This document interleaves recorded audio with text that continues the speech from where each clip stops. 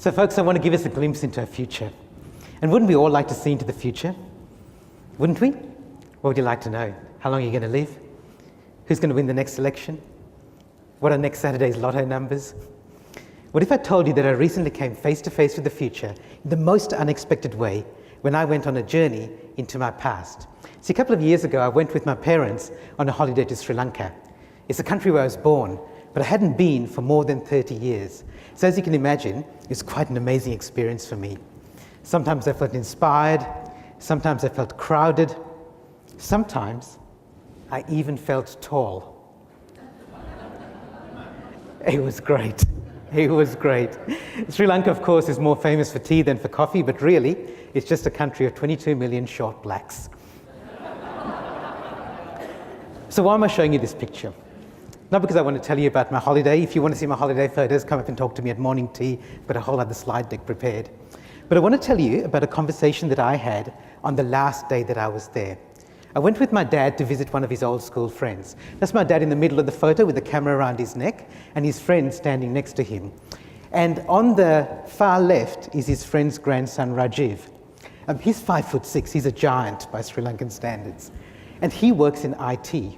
Now, that doesn't mean he works in a call center. He set up a software company with 3 of his friends. And they've done really well now. It's floated on the US stock exchange.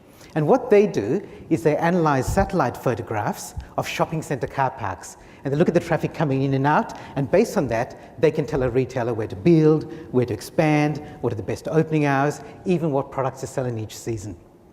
And they've done really well now. They've got clients all around the world. Here in Australia, they work with Target and Woolworths. So there are a lot of people who will tell you how the internet's changed the world. But I reckon when a bloke in boardies and sandals, working from the bowels of his home office in Colombo, Sri Lanka, can tell me what I can buy in my local Woolies, that's when we know the world has changed. Do you agree? It's changed it in 3 big ways. It's fast, it's flat, and it's free. So let me tell you what that means and what that means in healthcare as well. So let's start with free first, because we've all kind of experienced that. Things that used to cost a lot now cost a lot less. Sometimes they're free. And you know this if you bought a song on iTunes instead of buying the whole CD, or you've downloaded a book on Amazon instead of buying a paperback. Now, I can see a few of the younger people here going, what's a CD? What's a paperback? And just a true confession time. Who's ever walked into a store and tried on some clothes, knowing fully well that you're going to go home later and buy them online for half the price? Okay, so a few people have done that, right? And so that's one of the biggest changes, that we now, as consumers, as customers, and as patients, we expect things for a lot less. And in healthcare, it works both ways. So on the one hand, healthcare spending is up, and it's going to keep increasing. So it's already one of the biggest chunks of government spending. That's the blue bar on the left there. And by 2050, it's going to grow even more. And that's because we're getting older, and we're getting older faster. So there's going to be much greater demand for healthcare, even though some of the services are going to cost less. For example, there are these personal medical devices now which allow people to do at home what could previously only be done by a hospital or a pathologist. And then there's this, an iPhone app called Peak Vision, which allows a doctor to do a full eye exam just from their smartphone. So that's the first thing. The world has got a lot freer. The second thing is that the world's got faster, because technology has made the world faster. There was more computing power in the first digital watch than in the spaceship that put a man on the moon. So if you can just imagine that, I just need to check something here. Are there any Gen Ys in the room, so 35 or younger? Okay, so a few of you. So first of all, thank you for still being here. But I also need to tell you what a watch is. So it's this mobile device that we used to have in the 20th century, and it could tell the time, and nothing else. I know, it's crazy, isn't it? Such old technologies like that. Putting a man on the moon, in a few years, we'll be able to send people to other planets on the edges of our solar system. So can I see a show of hands who'd like to get in a spaceship and go to another planet? Okay, a few, actually more than I expected. Who can think of somebody else who'd like to put on a spaceship and send to another planet? All right, okay. So it's the same with me, right? It's like, for me, it's like, bye-bye, Kim Kardashian. I know, that's not very fair, is it? Any of the Kardashians would do. But here's the thing. We don't have the technology yet, but that's not the problem. See, here's the whole problem with that whole Kardashians in space scenario. In a few years' time, you'll be able to get in a spaceship with Kim and Chloe and Courtney and head off to another planet on the edges of our solar system. But before you get there, long before you get there, you'll be overtaken by another spaceship that left Earth years after you did, but with better technology. So why would you get on that one? You might as well wait, right? But this one's got the same problem. Before it gets there, it gets overtaken by another spaceship and so on. And the paradox is, it doesn't make sense for any one of them to leave Earth. And yet, until one of them does, nothing happens. And you know you do the same with your own technology, don't you? You go, I've got an iPhone 5, I should upgrade to the iPhone 6, but no, Apple will bring out the iPhone 7 soon. Maybe I should get a new iPad, but Google and Samsung will bring out a phone, a tablet, and glasses combined. So we wait. The pace of technology gets in the way of us making progress. And that's just with an iPhone, something that costs a few $100s. What about equipment that costs thousands or maybe hundreds of thousands of dollars? This company, APHA, in the US, has created these autonomous robots that can navigate around hospitals. So they can go on hospital floors, they can avoid obstacles, people can go in lifts. They can carry up to 500 kilograms. And the idea is that they can carry equipment and supplies and food to patients and leave staff free to look after medical care. So those are available now. Early versions. Do you want one of those in your hospital, or do you want to wait for the next version, maybe one that can climb stairs? So that's the second thing. The third thing is that the world is flat. The internet's connected us now. It's broken down barriers between people and companies, even between countries. Look at this map here. Valerie Perera pointed out there are more people living inside this circle than outside it. Just think about that. More than 7 billion people on the planet, and 3.5 billion of them are inside that circle. So China's got 1.4 billion, India 1.2, Indonesia 250 million, Bangladesh 160 million. Further down the list, Sri Lanka, where I was born, 22 million. Same size as Tasmania, same population as all of Australia. And you can see how the power's shifted in the last 200 years. In the 19th century, it came from here, from the muzzle of a musket. In the 20th century, it came from here, driven by the dollar. And in the 21st century, it'll come from here. This is true people power, and this is what we face today. And our ability to handle our healthcare challenges in the next few decades will depend on how we can tap into this fast, flat, and free world. The 3.5 billion people in that circle, ideas and innovations from the whole world, and also what we're doing ourselves here in Australia. So, where are we at the moment? Well, compared to the rest of the world, we're doing pretty well. We spend $140 billion on health, and that's about on par with other OECD countries. We've got one of the highest life expectancies in the world, and most Australians are considered thriving health-wise. There's some things, obviously, that we're not doing very well either. So obesity is a big issue, and other chronic diseases. We're not looking after Indigenous populations very well, and hospital waiting times are still too long. I'm going to show you a little bit of some research and some trends. I won't give you all the details here, so let me just give you the overview. And if you follow the hashtag that Andrew and others have talked about, then I will send you the rest of the information in the next hour or so you can get all the details. So first of all, the biggest thing which we all know is that our population is aging. So you can see here, these are people who are 65 or over. The blue ones are 65 or over. The brown ones are 85 and over, and both of those are going to double by the year 2050. That means two things for us. So first of all, obviously, it means greater demand on our resources because we're going to have more and more people who need healthcare and looking after in their later years of life. But it also means that for the first time, we're going to have maybe 4 or 5 generations of people working together in the workforce at the same time. So if you look at what's happened to our population here in Australia, in 1971, it looked like this. A lot of young people and not very many older people. The last time we did a census, that had changed to look like this. There's a big bulge. And the prediction is that by 2050, that bulge is just going to go up. We're going to have more and more people who are over the age of 65 and even 85. If you have a look at what we're predicting for people over the age of 100, it's one of our fastest growing segments. At the moment, we have about 5,000 people over the age of 100. By 2050, we'll have 40,000 people. And of course, that means increased demand on aged care. As one CEO said, in the next 10 to 12 years, we're going to need a huge, a dramatic increase in healthcare resources, particularly in the aged care sector. Now, some of that's going to be handled by public hospitals, but some of it's going to fall on the private sector as well. And of course, then there's always that that's competition and finding out whether private health insurance is going to match what it needs to do and fund what it needs to fund. I don't need to tell you the importance of that, but let me just show you how that's changed in the last generation or so. So this graph shows the change in private health insurance, the number of insured people. In the 1970s, it was way up, very high. And then we had, of course, Medibank and Medicare, and private health insurance plummeted. It got as low as about 30% until we had some incentives to make it rise again. And in the last 15 years or so, it's hovered around 45 to 50%. So the private sector has had to do more with fewer resources.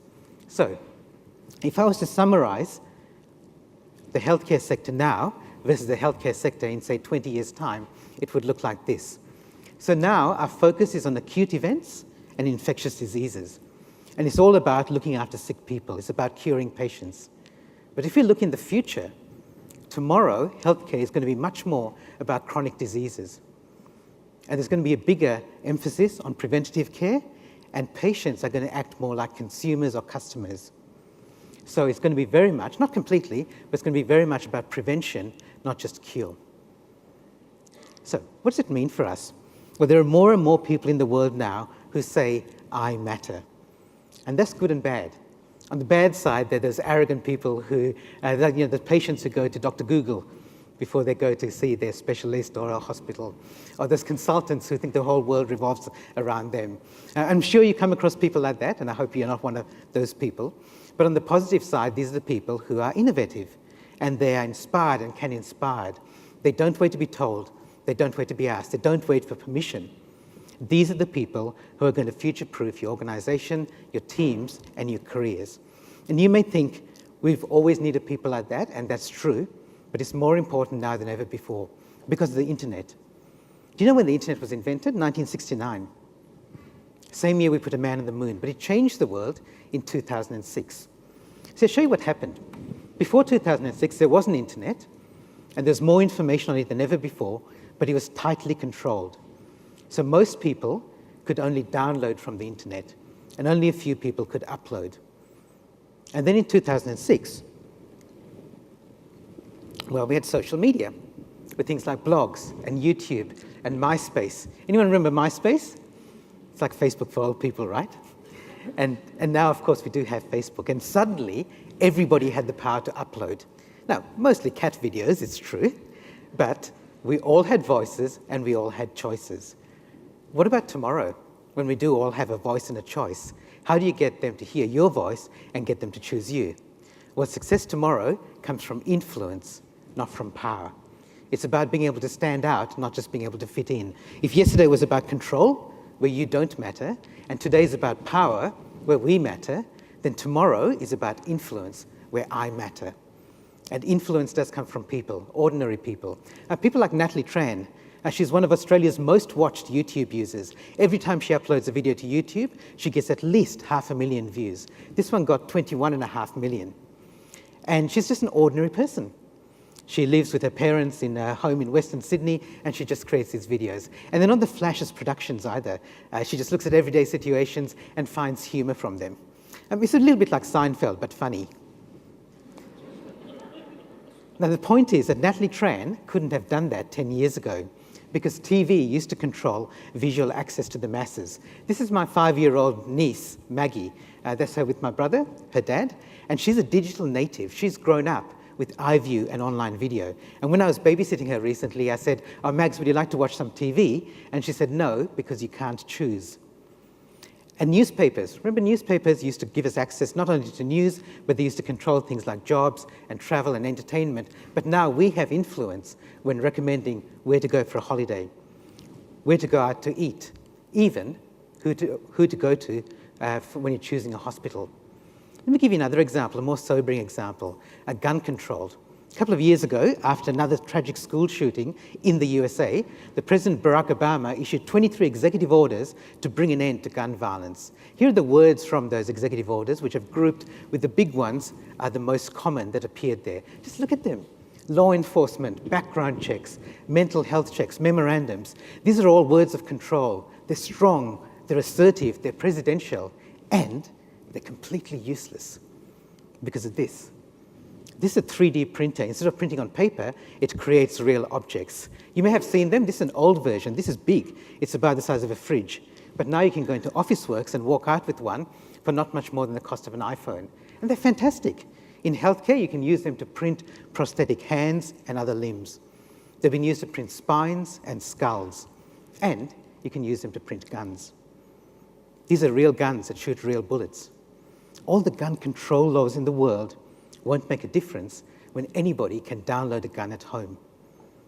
The solution to gun violence is not control, it's influence. People with a voice, saying things that matter, and making a difference.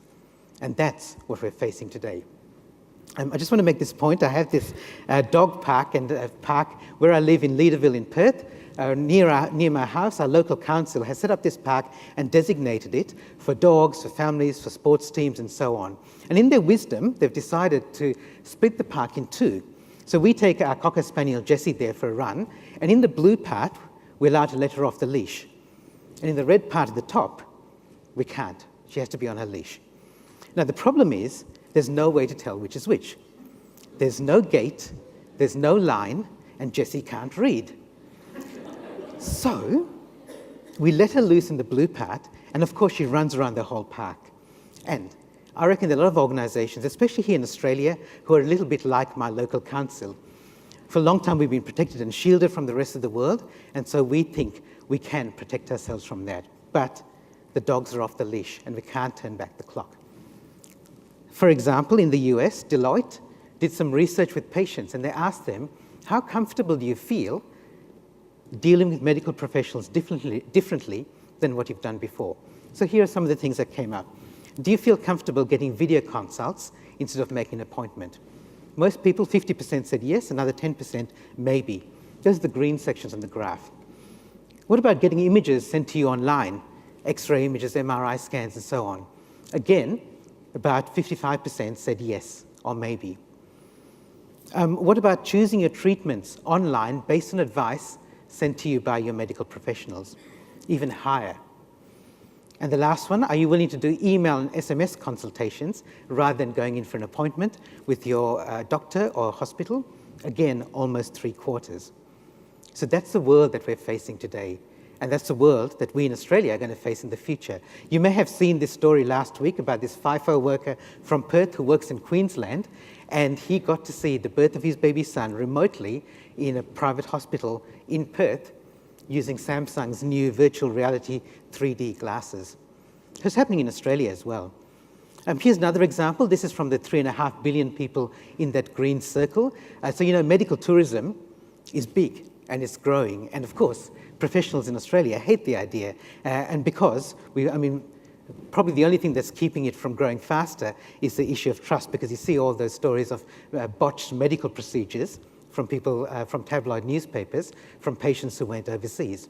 Well, in Indonesia, one company has found an innovative way around that. And they work with Indonesian patients who want to get medical work done in Singapore and Malaysia. So they've created this online community called Tab a Doctor.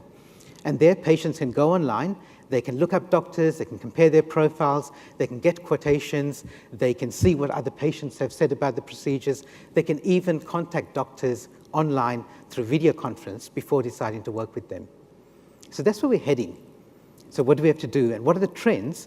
I want to share with you 3 trends that are really going to affect our future. And the key is this time it's personal. And I want to share 3 things with you here today. 3 big trends. The first one is that patients are acting more and more like consumers and customers. And so are consultants, by the way. And of course, I know that consultants are your clients as well. And they expect to be treated more and more like customers and consumers. And so organizations are looking at the touch points with their patients the same way that businesses look at touch points with their customers. The second thing is that, of course, technology is big and it's growing faster, but the technology that can make the biggest change and have the biggest effect may be the technology that doesn't cost a lot, but it's the one that gives patients more power. And the third one is, of course, we're all trying to recruit and keep the best people in our teams, and smart organizations are doing some simple things to attract, recruit, and keep the best people in their workplace. So we're going to do a little bit of crystal ball gazing today.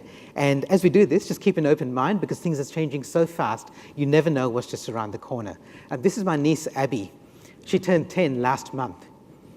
Just think about the world that Abby was born into. You may not remember this, but 10 years ago, there was no YouTube. There was no social media. We weren't all walking around with a street directory in our pockets, or a camera, or a whole library. Things that we take for granted now, like hybrid cars, didn't exist 10 years ago. So that's the world that Abby has grown up with and has come in the last 10 years, and she's only lived about a tenth of her life. Let's look at what might happen in the next 10 years. And let me take as an example somebody, not Abby, but maybe her 40-year-old mother. And this is a hypothetical example. Her 40-year-old mother, her mother is my sister Iomi, but this is not about Iomi, but let's say a typical 40-year-old woman. And let's look at what might happen in her world over the next 10 years. So this year, 2015, she's diagnosed with type 2 diabetes. She knows it's due to her excess weight, and she's not sure how to lose it. Her husband's always had a bad knee, and he thinks it needs surgery. And the orthopedic surgeon ordered scans and an MRI, but the lab lost the results, and they weren't kept electronically, so he had to have them done again. Her 65-year-old mother has been diagnosed with breast cancer. Fortunately, it was an early diagnosis, and so she's had surgery, radiation, chemo. The prognosis looks pretty good. Let's look ahead, just 5 years. She has a health coach now, who's helped her lose weight and maintain that healthy weight. Now, it's expensive, but it's mostly covered by private health insurance. She and her family went on holiday to visit an old school friend in Italy, and her husband developed chest pains while they were away. And fortunately, his medical records are available online now, so he could be attended to in Florence without having to fly home. Her sister-in-law in Victoria is pregnant again, so she's going to be an aunt again. Fantastic. And even though she lives in a rural area, she has access to all the best care through virtual consultations. Her mum needed hip surgery after a fall. It's the second hip operation she's had, but it's much better now, and this one was much better because a customized 3D hip was printed for her, just for her. What about another 5 years? And it's only 10 years from now. She's a grandmother for the first time. Her grandson's DNA was mapped at birth, and an individual health program was designed for him for his whole life. And because of her family history of breast cancer, she had her DNA mapped as well. And that allows doctors to estimate the risk and plan to reduce it. She, in fact, has a small chip implanted under her skin to monitor changes in her blood. Her parents still live in the old family home. And although they live alone, their home is equipped with sensors and devices that monitor electronically things like electricity and water usage, so they can check for any unusual patterns which might indicate an emergency at home. They also wear devices that monitor their blood and oxygen levels, and that's connected to their local hospital and GP, who monitor their health remotely. So that might be a little bit of a snapshot of what health might look like in just 10 years from now. And as we look into the future, just remember that the most important factor is people. And it's the way that we communicate. As I said, we're going to have 4 or 5 generations working together. They're going to be your clients, they're going to be your patients, they're going to be your consultants, and they're all going to come together in the workplace. It's so easy to be focused on things like funding and DRG funding and health insurance funds and government regulation, and forget that at the basis of all of this are people and communicating with different people. For example, I've shown you that one too quickly. I collect examples of good communication, bad communication. Here's some examples of funny communication. These are warning signs which you may not think are necessary, but somebody obviously saw that they were.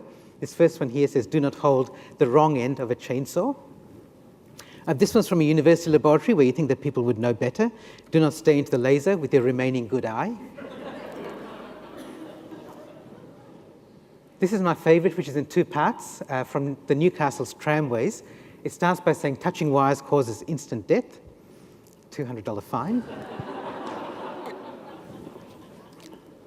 So if you want to see more examples of this, there's a great book called Remove Child Before Folding. And I just want to share those with you because I really think communication is so important. And we're all communicating more, but perhaps connecting less. And communicating is so important now, especially because you're communicating across different generations. And I know there's no one catch-all solution to all the communication problems of the world, but I thought today, as a bit of a public service, I would try and tackle one of them. So today, what I will do is solve the intergenerational communication problems of the world. That's good, isn't it? You weren't expecting that when you turned up here this morning. It's not even morning tea yet. So I figured there's a language that all generations understand. It's the language of music. So I've written a song.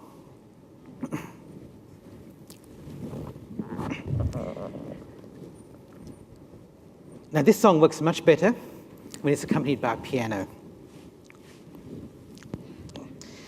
Luckily I have one here.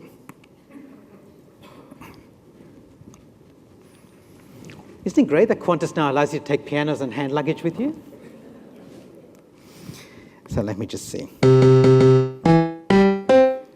Can you amp the bass, please, Peter? Actually, I have no idea what that means. I just always want to say it. So, let me see if I can get the right key here. Did I mention that I can't sing? Let me pretend that I've got some hope of getting the right key here.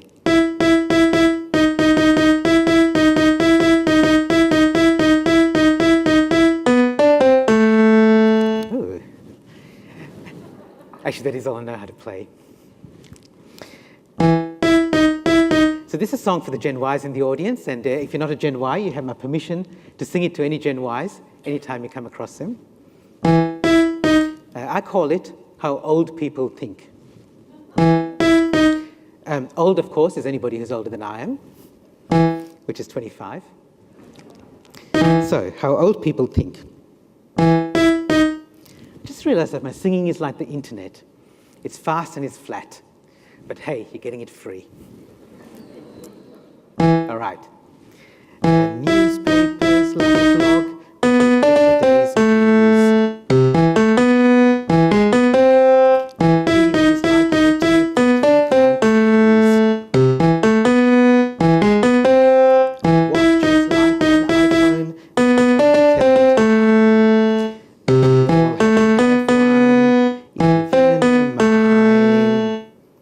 sorry about that. When I was young, cigarettes were filtered and water was not. And cool meant cold, and hot meant, well, hot. And when I used the word random, it meant the result of the sarcastic experiment. It wasn't used just randomly. And now you've got the language as well. WTF, TMI, and OND, LOL.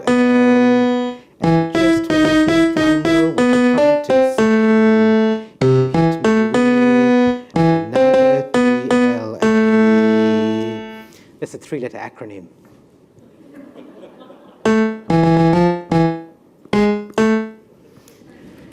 Thank you, thank you.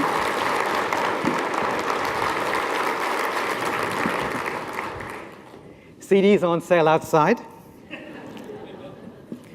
All the money raised goes to a really good cause, singing lessons.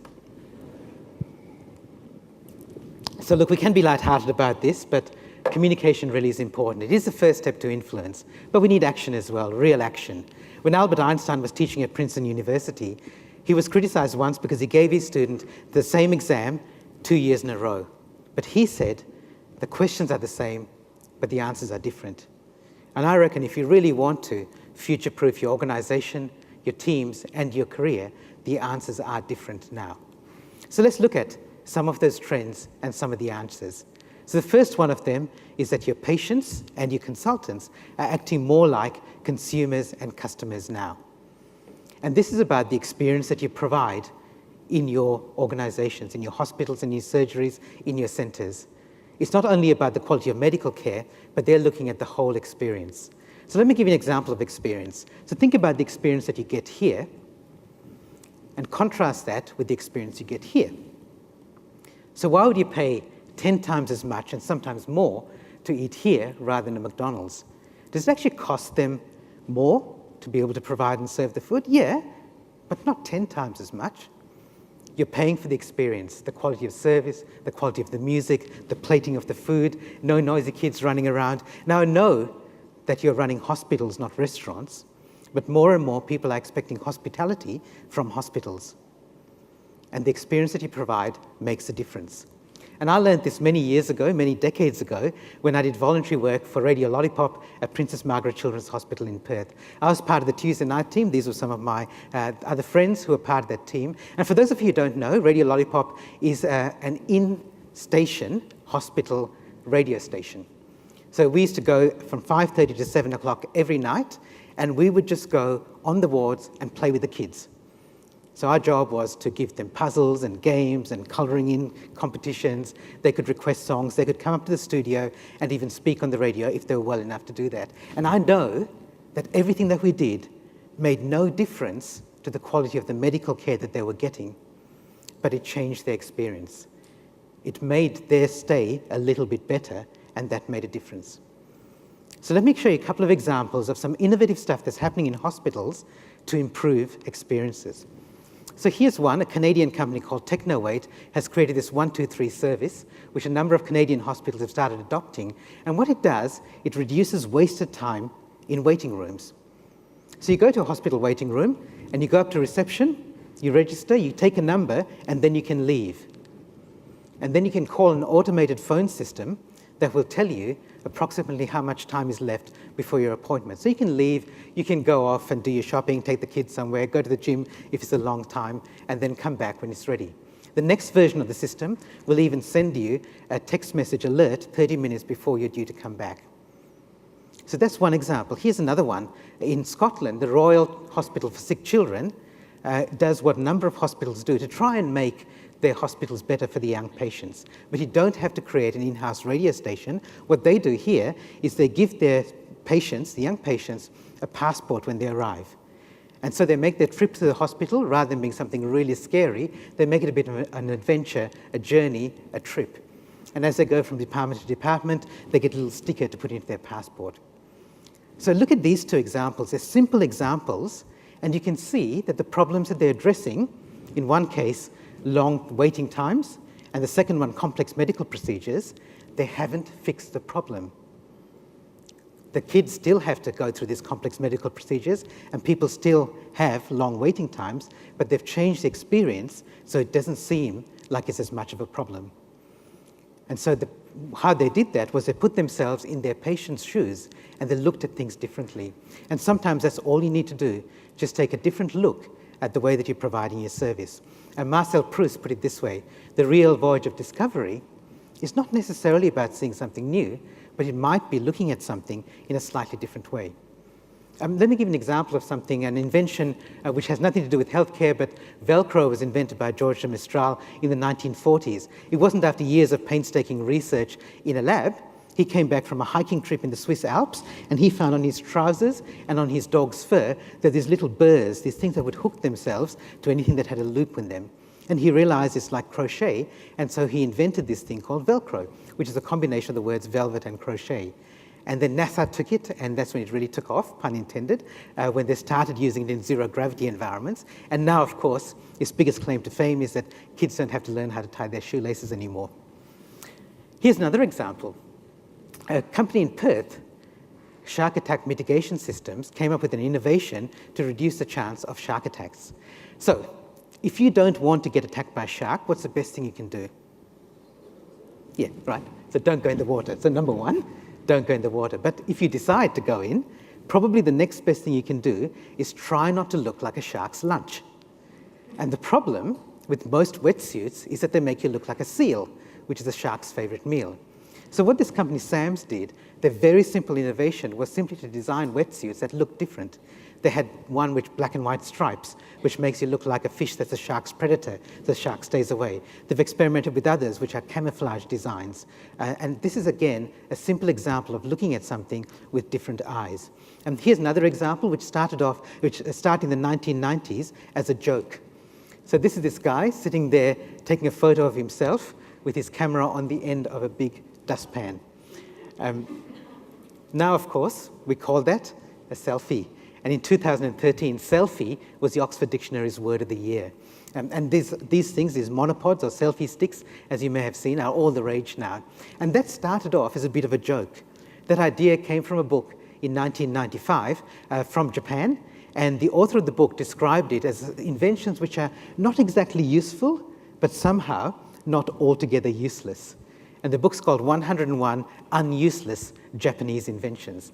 And you can get that book. It's still available on Amazon. Let me just share 3 others with you, just because I like them and they might be inspiring for you to have your great ideas.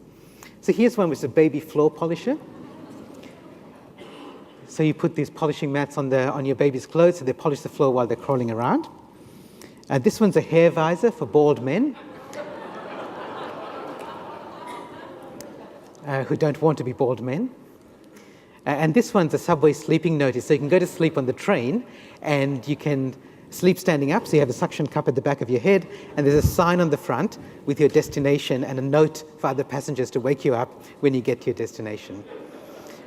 Okay, so here's something a little bit more realistic and closer to home. Mercedes-Benz Airport Express. I know one of my friends and professional colleagues, Belinda Yabsley, set up the first Mercedes-Benz Airport Express in Sydney. And she used to work for Mercedes-Benz, and when she set this up, she didn't go to other car dealers for advice. She went to the hotel industry for advice on how to set up something that would offer that sort of hospitality. So you go in there and it's like valet parking on steroids. You go in there, you can check in. They had those booths long before we had those automated check-in booths at the airport.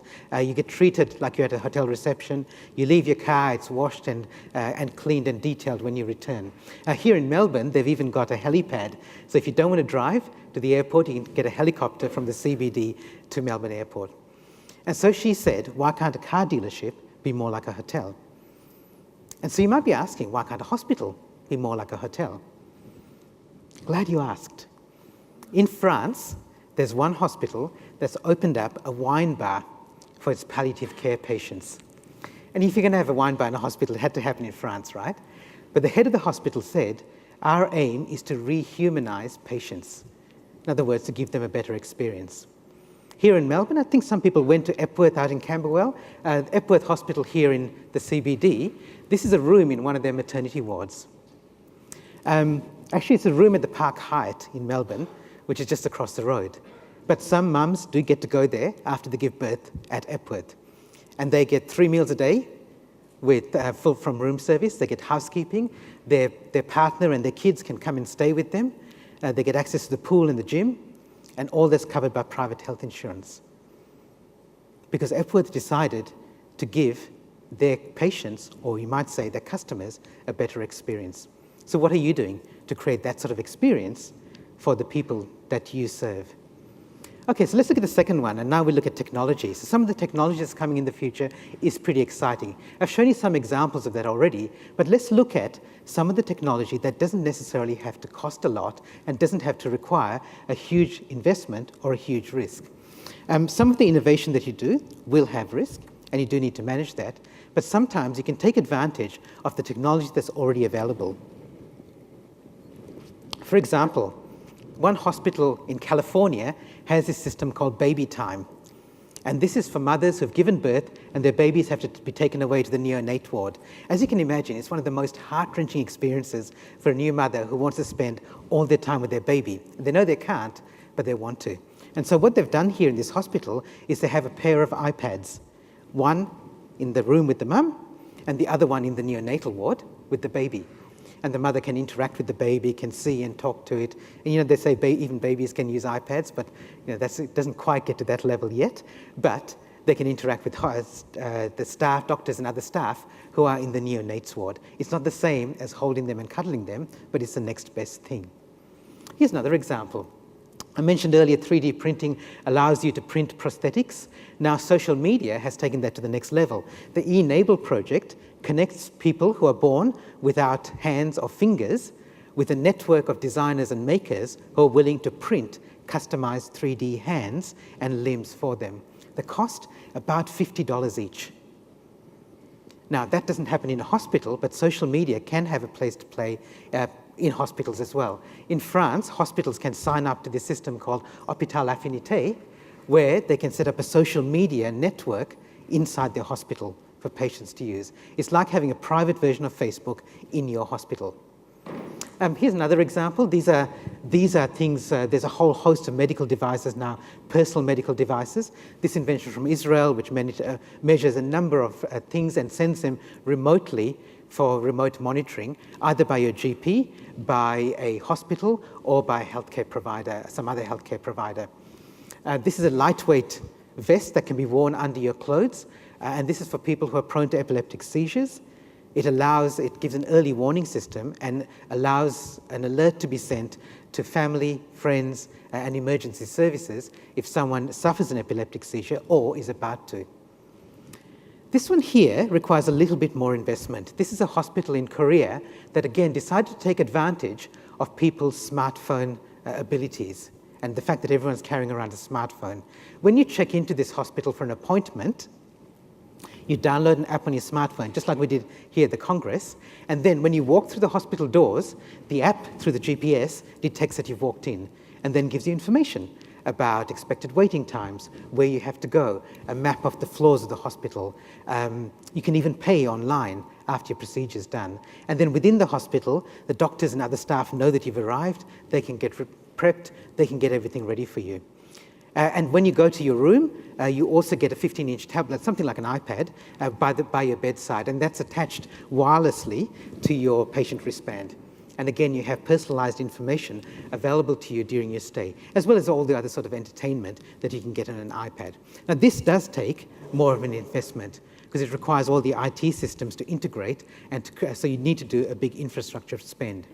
But the good news is you don't have to do something as big as that to provide a useful service to your patients. Let me give you an example where a town, in fact, this is a town in Wales called Monmouth, which is the world's first Wikipedia town. So what does that mean? The world's first Wikipedia town. Well, what they do is for every monument, building, place of interest, they have a ceramic plaque attached somewhere close by. And that ceramic plaque has a QR code on it. And a QR code, for those of you who don't know, it's just like a web address. The only difference is that a smartphone or an iPad can read it. And so they have these attached. So you can walk up to one of these monuments and take a photo, scan it with your camera, and it'll take you to a web page that tells you a little bit more information about that. This is the woman who makes the ceramic plaques. Now, you could do the same thing in your hospital, and you don't have to make expensive ceramic plaques. All you need to do is print QR codes on A4 sheets of paper, laminate them, and stick them up on bulletin boards and on walls around the hospital. And the QR code can go anywhere. It can tell people, it can give people a map of the floor, it can tell them information about the rooms, it can have a video from consultants, it can have anything that you want. And it's a simple idea, and there are a few hospitals doing it, but not many of them, certainly not many in Australia. So those are just examples of simple things that you can do with technology. So where are you going to find the time to do all of this? I know that you're pretty busy in day-to-day activities, looking after the day-to-day operation of your facilities. So how are you going to find the time to think about strategy? Well, Ian Berry, who's a leadership consultant, and he's worked with over 1,000 leaders in 40 countries, he reckons that most leaders could get back about 1 day a week at least if they were to grow and develop and nurture the talents of their people. We used to say there's no I in team, but now I think the I is the only thing there is. So your job is to find the unique skills and talents, the individuals or the people in your organization. So what do those people want? Well, let me show you some research from the Gallup organization. So they did some research and they came up with the top 6 things that employees want. I'll share them with you, and I suggest you don't write them down. So things like super, interesting work, job security, good holidays, work independently. The reason I said don't write these down is because this research was done almost a generation ago. But some organizations are still operating as if this is what people want. Harvard Business Review did some research a couple of years ago to find out what employees want now from their workplace, and they came up with these 6 things, which they called the best workplace on earth, and these are worth writing down. So number 1, let me be myself. Find my identity and recognize my identity. Secondly, give me the information that I need, not just to do my job, but give me the big picture so that I know what's going on around me so I can help out. Discover and magnify my strengths, my unique skills and my talents, and then I'll put them to work in your organization. Give me a place where I feel proud to work. And then on a day-to-day basis, give me work that's meaningful, not just menial.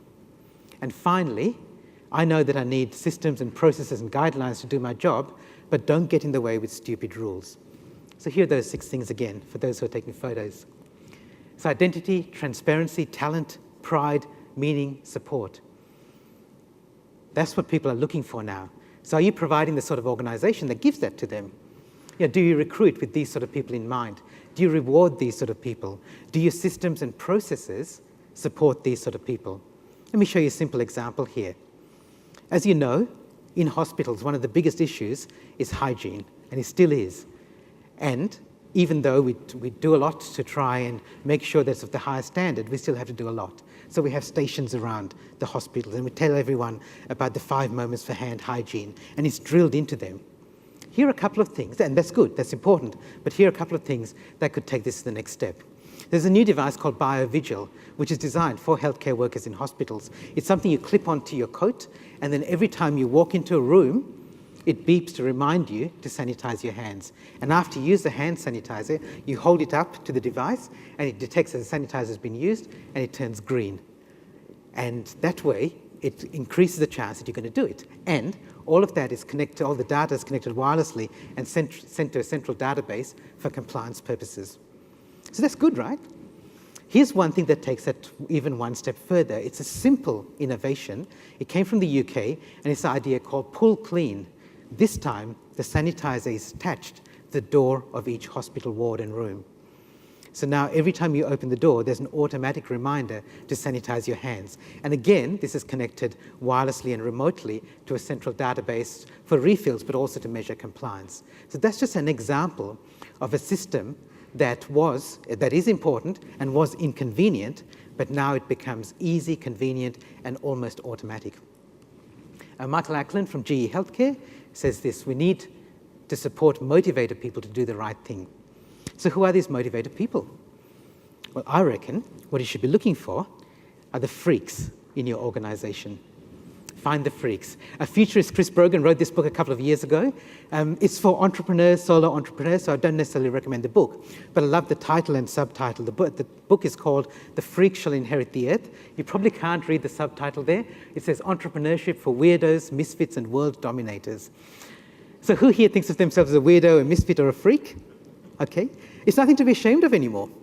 So these are people like Rajiv. He's not this billionaire business owner who decided to take on the Australian retail sector. He's just a bloke with 3 mates and a modem who saw an opportunity and decided to do something about it. Or Natalie Tran, again, she just saw an opportunity. And history is littered with examples of people who didn't recognize the freaks in their organization. And let me give you an example here. This was said, you ought to go back to driving a truck. It was said to Elvis Presley. What about this one? We don't like their sound and guitar music's on the way out. Who was that said about? Anyone? It was the Beatles. This one, can't act, can't sing, can dance a little. Yeah, Fred Astaire. The last time I showed this, somebody said Shane Warne. A woman won't be Prime Minister in my time. Who was that said about? It was said about Margaret Thatcher. It was actually said by Margaret Thatcher as well. This one's an IT one. We don't need you. You haven't got through college yet. That was either, it had to be either Bill Gates or Steve Jobs. This one was Steve Jobs. And this one, it doesn't matter what he does. He'll never amount to anything. This was said by somebody who taught Albert Einstein. So how do you identify those freaks in your organization? Well, let me tell you, in my very first job out of uni, as Andrew said, I was a software developer. I was a software programmer. And I remember having this business card at one time, Gihan Perera, head programmer. And I like to think that I'm still programming people's heads. But there was a time when I was in charge of the software development team at my little company in Perth, and my mate, Pete Robinson, was in charge of the quality assurance team. And we were mates, but at times it felt like we were mortal enemies. Because here's how it used to work. We'd create some software, and we'd do all our work on it, we'd spend months on it, and then we'd pass it on to Peter's team for testing. And they'd send it back to us with a list of problems or bugs. And we'd play this game called It's Not a Bug, It's a Feature. So whatever they sent back to us, we try to think of a way that we could justify that that's the way we intended the software to work all along. So if they said, the software crashes every hour, we go, oh yeah, that's not a bug, that's a feature. That's good ergonomics because then people can stand up and walk around while the computer's rebooting itself, right? Now, we didn't always win that game, but it did give me an interesting perspective, and I think it applies not only to software, but also to people as well. And you can look at some of the people in your organization and you can go, well, these things that I think of as bugs, well, maybe they're features. So let me show you some things that you might see as bugs, and if you see these in the people sitting next to you, don't nudge them and say, that's you. But you could look at them as features as well. So you could say, he's not arrogant, he's confident. She's not pushy, she's determined. He's not lazy, he conserves energy. She's not blunt, she's refreshingly honest. I'll give you one more. He's not rashly psychotic, he's lovably quirky. So those are the people you're looking for in the organization. So you're looking for those freaks, the people who you might think of as difficult people, and then you want to help them nurture and grow. And there's so many more ways, there's so many ways that you can help people nurture people and help them grow now. Let me tell you about one of them, and I need to tell you about a story about when we came to Australia. We came to Australia in 1976, and this is us a few years later, myself, my two little sisters and my little brother about to go to school. And the year before we came to Australia, in 1975, we'd been accepted for migration. But we had to go through all the bureaucracy, the paperwork, and the interviews and all this sort of stuff. So it took some months before we could come here. And I remember my mum wanted us to know about Australia. So she bought us this little book about Australia. And we learnt about Captain Cook and the First Fleet and Federation, Burke and Wills, Ayers Rock, as it used to be called then. And we learnt all this stuff because my mum said to us, when we get to the immigration interview, they're going to ask us a lot of questions about Australia. And if you get them wrong, they won't let us in. Now, I don't know whether she really believed that or whether she just wanted us to know a little bit about the country we were going to be spending most of our life. But anyway, it didn't matter because we went to the Australian Embassy in Colombo, lined up with everyone else. The guy in front of us was asked, who was the first Prime Minister of Australia? And he said, I don't know. And the immigration guy said, oh, congratulations, mate, welcome to Australia. It was, of course, Edmund Barton.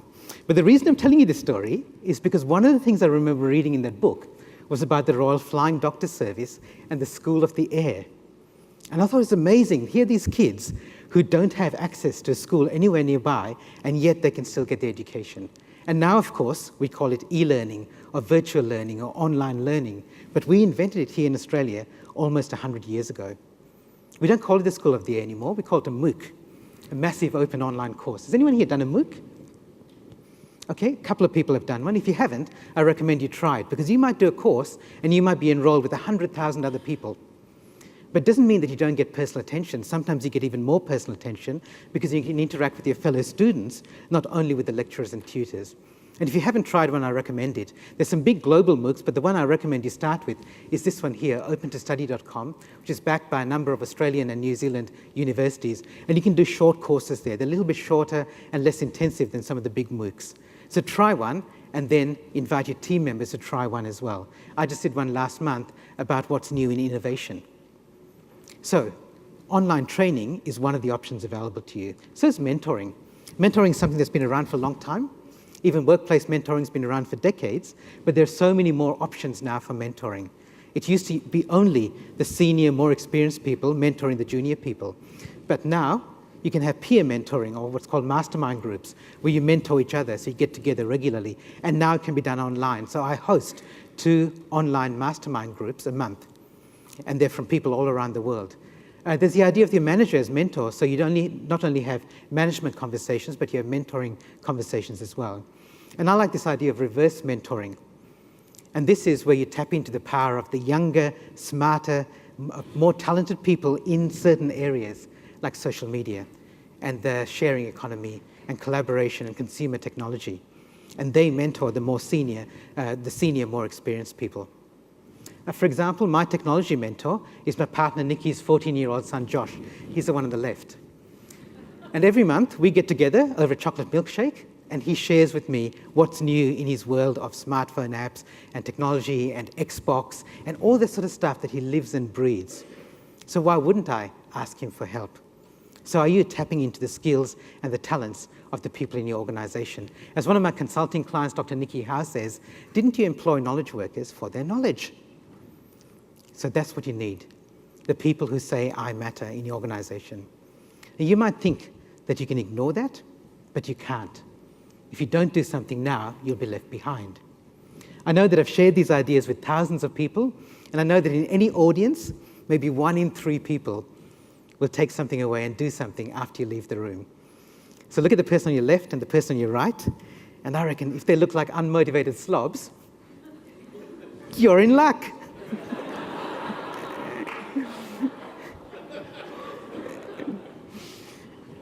So I want to finish with some music, and I won't play it on the piano, but I'll play it here.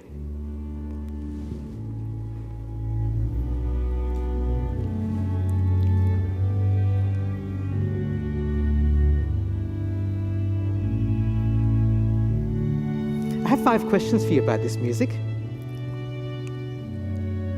So the first one, what is it? Does anyone recognize it? Canon, yeah, the Pachelbel's canon. Yes, it is. It is in fact the canon and gig in D major for 3 violins and bass. But yeah, for today I'll accept Pachelbel's canon. The second one you've kind of answered already, and that is who composed it. It was Johann Pachelbel, a German composer. Question 3: when was it written? So I did some research into this, which means I just looked it up on Wikipedia, and I found it was written about 300 years ago. Question 4, what else did Pachelbel write? Kind of interesting, isn't it? Because when I did my research, I've discovered, to my surprise, that he was prolific. He wrote a lot of music, and I guess if you're a serious scholar of classical music, you probably know a lot of it. But for most of us, this is all we know. So, we have this German dude. He lived 300 years ago, and he wrote a lot of music, and most of it's forgotten. And yet every day he touches the hearts and lives and souls of thousands, maybe hundreds of thousands of people. So here's my question 5 for you. How will the world remember you 300 years from now? See, I reckon if you're really going to embrace this idea that I matter, you've got to decide where will you matter. Is it just in your organization? Is it in your homes, in the wider community? For whom will you matter? Just the people that you lead? Maybe a community, maybe the whole world. And for how long will you matter? Today, tomorrow, the rest of your life? Maybe 300 years from now. I matter, you matter, we matter. Now let's get out there and change the world. Thank you.